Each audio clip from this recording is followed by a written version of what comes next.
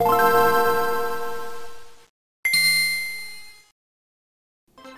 guys, James McAnally here to present the 2012 Best RPG of the Year award. Now, before I begin, I would just like to preface the following by stating that this genre is one that I feel most at home with. It's one thing to craft a new world to explore, compelling characters to care for, and a story arc that keeps players guessing at every turn.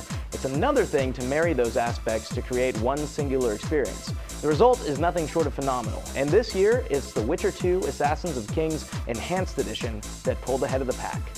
Assuming the role of Geralt of Rivia, players follow a sweeping story across a vast, war-torn kingdom and monster-plagued wilderness, improving Geralt's combat prowess and magical knowledge, while being a paramour on the side if you play your cards right. Accompanying you will be a ragtag group of jaded elves, shady secret agents, and whimsical sorceresses as you attempt to prove Geralt's innocence as a wrongfully accused Kingslayer. The premise isn't terribly original, but its execution is one of the best I've seen in recent memory. When people ask me about The Witcher 2, I usually go with the description, it's like a video game HBO.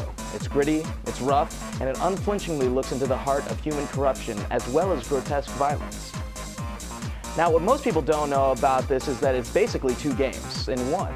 Without giving away any spoilers, a pivotal decision made at the end of the first act essentially makes a divergent plot line depending on which way you choose. Siding one way or the other drastically changes the events and incidents to follow in the 60-plus hour game, making it ripe for replay value. Not only that, but alliances will be forged, kingdoms will fall, and love will be both lost and found. If that isn't enough to convince you, the game has an incredible amount of number crunching going on under the hood. It's a traditional RPG in the sense that it's essentially a Dungeons & Dragons game with saving throws, leveling up, and perks all taking a factor in how much damage Geralt does, and how much he can sustain, not to mention gear and other forms of loot. Luckily, the game keeps track of all this for you, making sure that you get to spend more time focusing on the plot and thwarting your enemies in the revamped and intuitive battle system.